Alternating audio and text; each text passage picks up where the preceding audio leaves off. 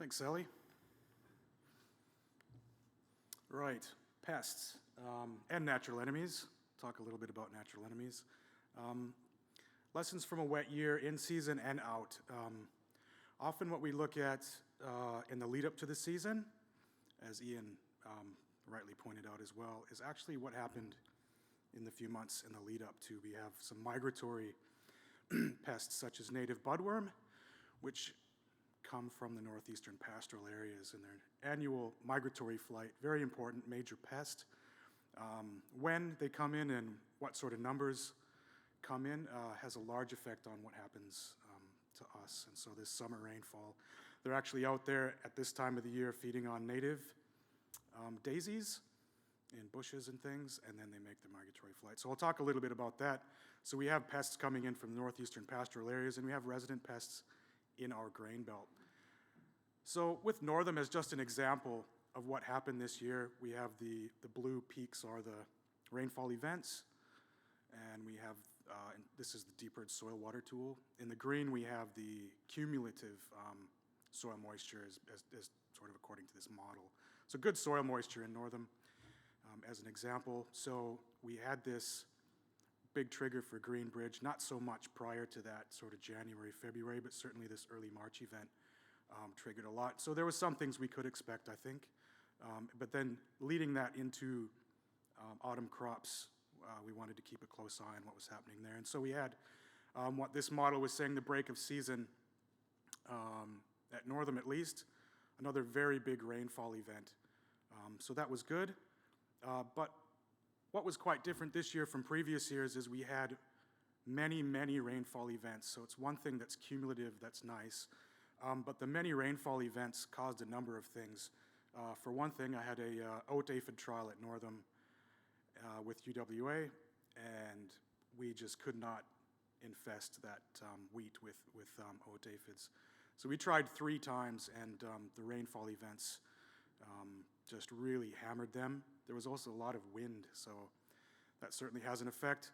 But I suspect a lot of what's happening here is with a very consistent, with consistent soil moisture, I should say, in the canopy of crops, we have promotion of what's called entomopathogenic fungus, which can happen. I suspect that's happened with some of it. Certainly with this oat aphids as an example. And right at the end of that, right when my aphids took, and I thought I was going to get some good data off this trial, they were just totally cleaned up with parasitoid wasps and predators. So unfortunately, we didn't get much data from that, but it showed that this sort of scenario in this year simply is not good for aphids. We did get some aphids a bit earlier in the year, but not much really to report of later in the year. So we'll talk about some of the other pests here as well. Summer, autumn rains, well, they brought brown pasture loopers as an example. They have a fairly wide host range, not too frustrating, but cabbage, center grub, and weed web moth, I think in some scenarios could be quite frustrating. Not surprising with the Greenbridge, flying off from Greenbridge plants, particularly wild radish and things like that. But this sort of scenario here, it's frustrating because you get good emergence of canola, say, with a nice post-sowing pre-emergent bare earth not far behind that, thinking you're nice and protected. These moths flying in at night to the emerged crop that doesn't have insecticide on it. And so you get this sort of damage. But across the board, generally manageable, but frustrating for this can sort of happen in a short space of time from laying eggs to these little caterpillars doing this sort of damage. And locusts, certainly, which I'll talk about in a minute. Green peach aphids, Ben Congdon in his virology work was finding that they were a bit further north this year, which I guess isn't also not surprising given the Greenbridge. I think the temperatures and weather events had a lot to do with that as well, but we saw much higher than usual turnip yellows virus incidence in some of these crops in the central ag region. And also non-pest caterpillars, which often happens with these big summer rain events. They trigger sometimes very unpredictable things. One year, I think about 10 years ago, we had the spur-throated locust come down, and that did a bit of damage. It's a bit of a scary locust because it can be quite big, do quite a lot of damage. But non-pest caterpillars like hawk moths, they tend to hit the media, especially social media, more than our pests, I suppose. But they will clean up weeds like tar vine as well. And also native budworm and diamondback moth we were finding in the Green Bridge, and what does that mean? So I'll talk a little bit about that.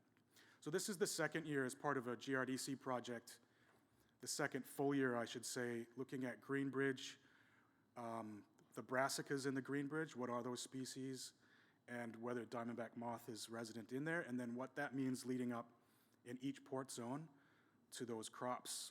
We've got focus crops, and we followed those through from as soon as we could at the start through to the end. You can see the traps that we use. They're a delta trap.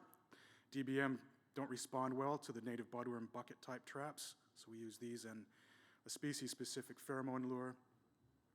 They do a really good job, and then we'll do bashing and beating for larvae or sweep netting. So mid-March this year, we got out between Mingnu Irwin Group, Libby, Sear, and those of us in DPIRD. I think it was about 9 of us all went out at once to really document what was out there. You can see radish was the most commonly found, maybe in combination with canola and turnip, but they really weren't hard to find in any port zone. So those rains really triggered off, especially with radish, a pretty good germination of all that. So what does that mean for diamondback moth? Well, also the sea rocket, sorry, I meant to mention. There's a Brassica species that's a dune veg. We're trying to see if how that fits in as well to this oversummering Brassica business leading into the season. And we did find diamondback moth on those as well. But then setting up these, sorry, how do I go back? Yep. So yeah, plenty of Brassicas in the Green Bridge. What we did was we had pretty good inspection of those plants to see if we could find the larvae. So not many locations we could find the larvae. Not too surprising, they haven't had a lot of time to build up yet. But what we did is every spot we found a Brassica, we put out a pheromone lure, and we left it for 4 weeks to see if they're so cryptic that we need a pheromone trap to attract them. And lo and behold, we found them pretty much everywhere, except not so much in the Geraldton port zone, a little bit less. So we want to see how this sort of affects crops that we chose close to and far away from these Brassica sites. Not to say that this is a total exhaustive, I suppose, survey in the sense that there could be Brassicas hosting DBM elsewhere. But this is what we were doing, and we really want to get into the statistics of this and see how this affects focus crops into the season. So you can see the focus crops that we set up. The Esperance ones hadn't really been set up so much by June, but you can see to the right we have larvae, pretend sweeps, and the moth map on the left is fortnightly trap catches. So straight away, similar to last year, we're finding them right away at the start of the season, which wasn't too surprising for us, but it's a little bit concerning when they're already there, and we're wondering what are they going to actually eventuate into. But what's interesting here, I think, is if you keep your eye on that spot around Mingnu and that spot around Sterling's, which are, I think they're both above 50, if I can see right, 40 to 50. Still very low numbers. But what happens there is quite interesting. If we look at the July catch, those start increasing a little bit into July, so we're wondering what's going to happen there. But of course, as Ian said, we had a lot of rain, so there's a lot of things going on here. And in the chart on the right, certainly through to August, we're keeping our eye on, are those larvae numbers going to increase? Are the moths that are in there laying eggs going to eventuate into an explosion? Of course, the life cycle of DBM can be as short as a week and a half to 2 weeks, so that exponential growth is what we're kind of worried about. We head into August, which is a very crucial month in terms of buildup. The moth numbers are increasing, especially in those areas that I mentioned, not so much in the other areas, and Esperance seems to be getting a little bit, but still very low. Still not really equating into many larvae. So this is August. So we're thinking, well, that Geraldton spot, that Sterling spot, because they've been there laying eggs for a while, we're potentially going to look at a sharp spike here. What happens is it actually crashes. The moth numbers continue to increase in a lot of these areas. Esperance is really not much happening there, but a lot of these areas have crashed due to a number of things we can speculate about. October, the moths continue to increase, and the larvae still don't really do a lot. November, Albany Port Zone, sort of cleaning up those sites, and still increasing. But if we look at this in terms of by port zone, the focus crops in each port zone, we're seeing that it's quite interesting. The Geraldton, it looks like it's the moth numbers are going to increase quite a lot in the black line. The most important, of course, being the red line. So that y-axis being the larvae for all sites never even reached 30. So anything below 30 we wouldn't even be worried about. So that was quite interesting. None of these crops required spraying targeted towards DBM. But the Geraldton looked like it was going to increase early August. And that follow-up, you can see when those eggs were laid, the larvae did increase, but then they crashed. Kwinana West, Kwinana East, not a lot happened. Albany seemed to be the worst affected. And you can see, again, around August, which is that crucial month, those moths look like they're on the up, and then they start going down, plateauing, and then there's a lot going on there in the canopy, I think, but the larvae crash. And at Esperance, it was all sort of too late. And I hadn't really looked into the temperatures, I suppose, and Ian presented an interesting map of the cooler than average temperatures, and Esperance certainly was in that zone that he showed. So I'd say that's probably the biggest factor for the Esperance zone being staying cool, which really limits a lot TBM potential increase. If we move on to native budworm, we had an interesting year for budworm. We set up traps in June. They seem to be coming in earlier and earlier every year as usual. Probably a lot has to do with those summer rains triggering an early flight. But we did find native budworm in the Greenbridge. I'll talk about that in a sec. But kind of not surprisingly, you can see that the migration pattern there has sort of happened through to late August. You can see that pattern where they haven't really moved so far into the southwest yet. Heading into September, they're moving a bit farther.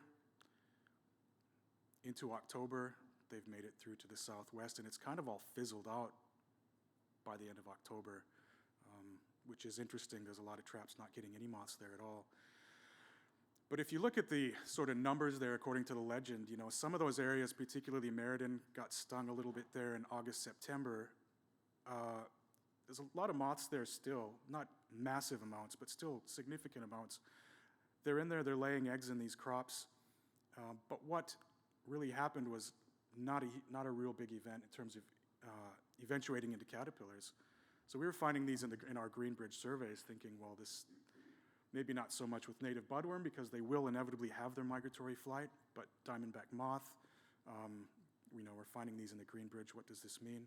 So yeah, it's been an interesting year, not just, I guess, cumulatively soil moisture, but the many rainfall events, and as Ian said, the cooler temperatures and that sort of thing. Just wanted to mention the native budworm on wheat issue as well. Leading on from that, particularly in the north and central areas, we've had an increase in native budworm feeding on non-traditional hosts, especially wheat. So GRDC kicked up a project on this we've been looking at. We did get reports, and in some of our focus crops as well, we did find native budworm feeding on wheat, very, very low numbers. So that kind of coincides with the budworm that came in and on their traditional pulse and canola hosts and sort of what they did. But as part of this, we're doing a lot of glasshouse work to see why are they on wheat, what are they doing, and we're finding some really interesting results. On to locusts. So you can see the pest facts map reports here of the locusts that we had this year early on. We had good rains causing autumn locust egg hatchings, and the risk obviously coinciding with germinating crops. And I think there's a big GRDC project on this, and we had a webinar presented by an expert over East, and that was quite helpful. but I don't think a lot of that really answered a lot what happened in spring in terms of bait efficacy and things like that. But egg development is certainly encouraged by warm, moist conditions. So we had good conditions for that. And then these eggs that are laid in autumn, they diapause over winter, and we expect an emergence in spring. You can see these sort of more shallow egg layings that happen here, and then they fill that with foam to plug the hole, which you can see the nymphs then emerge in spring. So in spring they hatched from their diapause eggs. You can see the reports we started getting really from September, bit in October, through to November. And any falls above 15 mils in August, September tend to accelerate the emergence. And the risk here obviously was maybe late sown crops. Overall, I don't think we'd heard much to do with that, but mostly the frustration was around pastures, people trying to keep on top of their pastures, spraying them, and then maybe their neighbor didn't do anything about theirs, so then they just keep moving. And so some growers sprayed more than 3 times just for locusts. Green vegetation is necessary for nymph and adult survival, adult migration, and egg development. So there's a lot of things that have to happen at the right time. It certainly depends on feed availability. And the egg and embryo development is halted by dry spells, so that's worth taking into account. Obviously not relative to this season. But what happens from now on, there's a lot of things that we can't predict. And so DPIRD staff, particularly the biosecurity staff that are out and about for lots of other reasons, will be doing targeted surveillance in autumn and logging those. So yeah, if we're certainly interested in hearing what you guys are seeing out there when these autumn nymphs start emerging. And finally, just to touch on fall armyworm, we did another full year this year. This is the second full year we've done a bit of a fall armyworm program. And this is basically what you're looking at in terms of where we've detected it and where it's persisted. It's still at Gingin, it's still at Carnarvon. They're persisting there, particularly wreaking havoc on corn as usual. And way up in the north, they're having to manage it. It's a big headache in Connemara. But we found one moth in Northam, no larvae. We looked for a very long time in a forage sorghum crop. And up near Kelberry as well, one moth in a trap. But the rest has really been bycatch, which is a common armyworm. So that's kind of interesting that we're getting a common armyworm. We might try and start trapping for those. But overall, nothing to report of, and that's great news for us. But we have seized that program, so it's more of a stakeholder based. So if you want a fall armyworm trap, get in touch with us, and we can definitely support you. Thank you. Okay, we've got time just for 1 or 2 quick questions. We're going to have a longer, yes, Alice is telling me to keep going. No, push that. Then you get some questions. Yes, Dusty will be here. We're going to have a longer question time at the end of this session. So we've just got 1 or 2 quick questions. Did you want to answer one, Dusty, now, or shall we go on? How did the DBM numbers keep increasing when there were very few larvae coming through? Yeah, it's interesting. I think it's not too surprising. You don't need that many larvae. They can be very, very low numbers of every life stage in the canopy because of the number of eggs, I think. But yeah, it could also coincide with timing of sampling. Yeah, there's a lot going on, often where there's a lot of pupae. Don't really know why, but yeah, they certainly kept increasing and the larvae didn't. But you only need very low numbers of larvae to trickle through to keep those numbers still quite high. Very high numbers, though. I mean, I would have suspected in terms of moths, somewhere around 400 to 500 with those sorts of numbers. So yeah, there's a lot going on in the life cycle. Okay, thanks, Dusty. Dusty will be back at the end of the session for any more questions, and keep them coming and voting on them. But we'll introduce Catherine Borger now who's going to speak on all things weeds. Okay, thanks.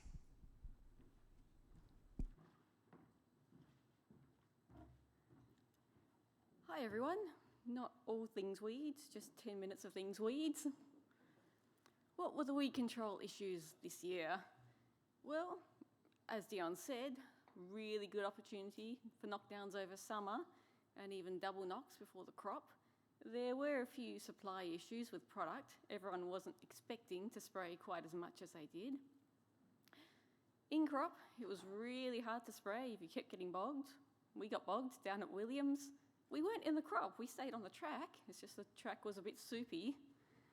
There was not enough aerial spraying available, so there wasn't always a backup option.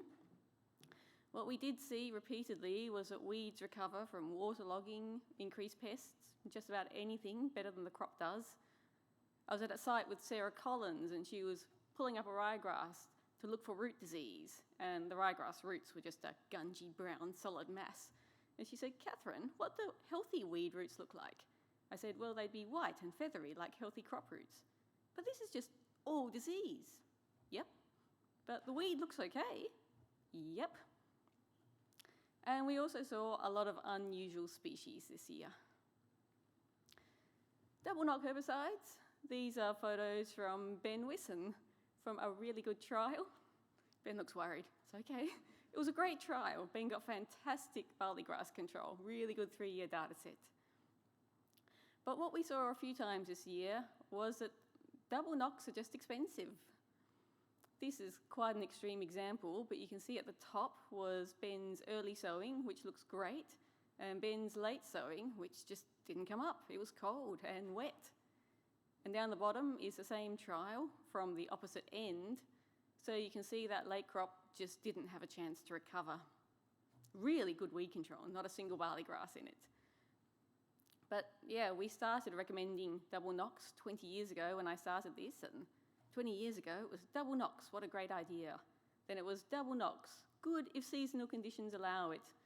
But even though this is an extreme example, I think we're moving to double knocks. They're really expensive, so when you run out of other weed control options. A lot of unusual species that hadn't been seen growing outside Perth in 10 years. I got a lot of weird photos of weird things, lots of broom rape. It's very hard to care about the broom rape. There are no control options for common broom rape, no legal control options, so nothing I can tell you except, have you tried ignoring it for 12 months? I'm pretty sure it will go away next year. But it's great that people were getting on to new invasions of weird things they didn't recognise. I just wanted to remind everyone that we do have My Pest Guide Reporter. You can just select My Weed Watcher and do your report right out there in the field, and it goes straight to our botanists. But you're welcome to send photos to me too. I'll send them to the botanists. The botanists won't reply to you guys. They're worried that you'll ask tricky, scary questions about herbicides. What will the issues be next year? Well, winter weed seed production. What will we need to manage in 2022? And how will the seasonal conditions in 2021 affect what we see in 2022? They're tricky questions, but we do have this, well, it's not a new model, it's an updated model. So all those 20 to 30-year-olds in the room might not be aware of it. It's called the Weed Seed Wizard. It's on our website. You can download it for free. It can help you around planning for winter weed control programs. It's also good for summer weed control. We'll probably see a lot of summer weed control this year. So we've added a lot of species to it.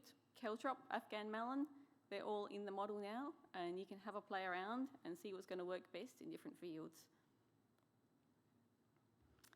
This is a scenario I built in the model looking at, I opened the model and chose the base scenario for WA.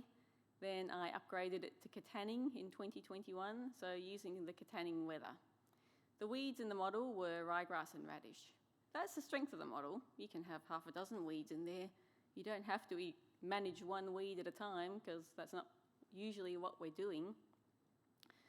So you can see that graph shows you time over the season, and on the y-axis there you've got plants per metre squared. So that blue line is the crop. It got planted, it grew, it got harvested, then all those plants disappear. The weeds were ryegrass and radish. And you can see they're coming up pretty early in March, April. Because this is using Katanning's actual weather data, it knows that Katanning had early rain and the weeds would have come up early. So what I got here was a pretty good knockdown with spray seed at seeding. And the model knows that there are a few later weed cohorts coming up in June and July in Katanning. And we hit them with in-crop herbicides, and then weed density was pretty low at this site. So that top graph there shows you the same scenario, and now we're looking at seeds in the soil seed bank. So that blue spike is the crop. Obviously, you sow a crop, and then all those seeds germinate, so they're not in the soil seed bank anymore. You don't establish a dormant soil seed bank for the crop. Ryegrass and radish, we started with 100 seeds per metre squared, and you can see that seed bank gradually goes down because the weeds keep emerging or they degrade. They leave the seed bank and keeps going down throughout the season as they keep germinating. Then you get to harvest, and at harvest we got about 50 wild radish added to the soil seed bank and 160 odd annual ryegrass. So in this normal scenario, you go, okay, we're managing radish okay. We've got 50 seeds at the end of the year and 100 seeds at the start of the year. That's pretty good. Ryegrass is getting away from us. We started off with 100 ryegrass seed and now we've got 160. So we'd need something else in this system to keep our ryegrass under control, bit of harvest weed seed control. The graph down below shows what would have happened if the poor grower at Katanning just kept getting bogged and could not get those in-crop weed control options out there, which happened quite a lot down in Katanning. It was boggy and mosquito-y. Anyway, under that scenario, we got 500 odd wild radish seeds at the end of the year and 650 ryegrass seeds. So obviously that grower's now got a problem to figure out next season, but if you're going to have a blowout, it's nice to know how much of a blowout you've got, what you have to worry about. How will our seasonal conditions affect those seeds? Well, some of you might remember Catherine Steadman 20 odd years ago. Obviously, again, not the 20 to 30-year-olds in this room. But she had a look at ryegrass and looked at the different seasonal conditions that affect its dormancy, germination, seed production. And what she saw was that low temperature and high rainfall is going to produce more weed seed and it's going to produce bigger weed seed. And that's essentially the same as a crop. If you have a crop with a really dry, hard spring, you're going to get screenings. Some of that seed will not be viable. A weed is the same.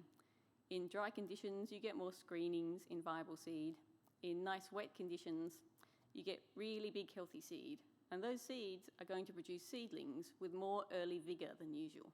They'll be healthy, bigger seedlings. This is not just the case for ryegrass. Catherine Steadman didn't invent this. It had been well established for a range of other weed species before we were worried about ryegrass. We'll also get higher dormancy. If you have low temperature and a lot of rainfall during seed maturation, which we saw this spring, the plant produces seeds with more dormancy because the plant's thinking, I've got some really fantastic seeds here, but I don't want them all to germinate over summer and spring. I'll give them extra dormancy to make sure they make it through the next season. So what we're going to see is late staggered emergence, more so than usual. And as I said, late staggered emergence, but big, healthy seedlings, early seedling vigour. So I think my main management message from this whole talk is expect lots of weeds, expect early seedling vigour for your weeds, and expect more delayed staggered emergence during the season. So think about in-crop control, late season control, herbicide-tolerant crops. We're probably going to have a problem with weeds in the season. Thank you.